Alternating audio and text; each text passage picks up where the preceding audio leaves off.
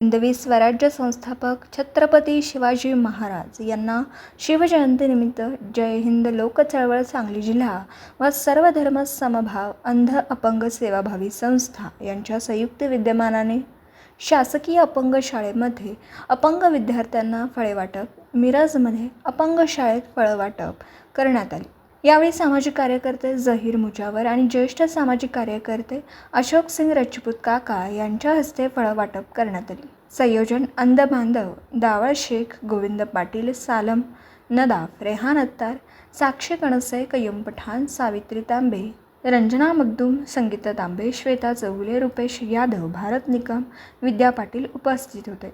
या अनोख्या पद्धतीने साजरी झालेल्या शिवजयंतीची शहरात कौतुक होत आहे। अपंग मुलांनी अंध बांधवांचे आभार व्यक्त केले। आणि आपण आणलेले हे जे प्रेझेंट आहे छत्रपती शिवरायांच्या जयंतीनिमित्त ते आपण घ्यावं आणि शिवरायांचे जे मार्गदर्शक तत्त्वे आहेत ते आपण आयुष्यात घ्यावे अशी विनंती करतो। आणि जीवन जगत असताना शिवरायांचे संघर्ष आणि आदर्श हे आपल्याला जगाच्या पाठीवर कुठेही गेला तरी आदर्शवर्ध आहेत। मी छत्रपती शिवाजी महाराज यांना विनम्र अभिवादन करतो आणि अंध अपंग सेवाभावी संस्था, सर्वधर्मीय अंध अपंग सेवाभावी संस्थेच्या सर्व पदाधिकाऱ्यांचे मनपूर्वक आभार मानतो आणि जय हिंद चळवळीच्या माध्यमातून आपल्या सर्वांचे आभार।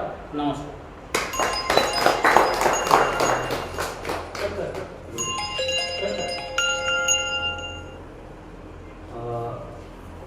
सर्वधर्म समभाव अंध अपंग सेवाभावी संस्था आणि जय हिंद लोक चळवळ या यांच्या संयुक्त विद्यमातून हा फळ वाटपाचा कार्यक्रम घेण्यात आला।